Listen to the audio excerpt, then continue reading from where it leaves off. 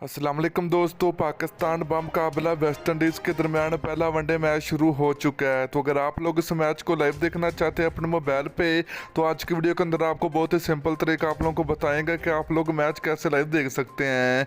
तो दोस्तों, उससे पहले अगर आपने अभी तक इस वीडियो को लाइक नहीं किया तो वीडियो को लाइक करें, चैनल को सब्सक्राइब करें, बेल आइकन जरूर इनेबल करें ताकि आप लोगों को मजीद क्रिकेट की वीडियो मिलती रहेगी।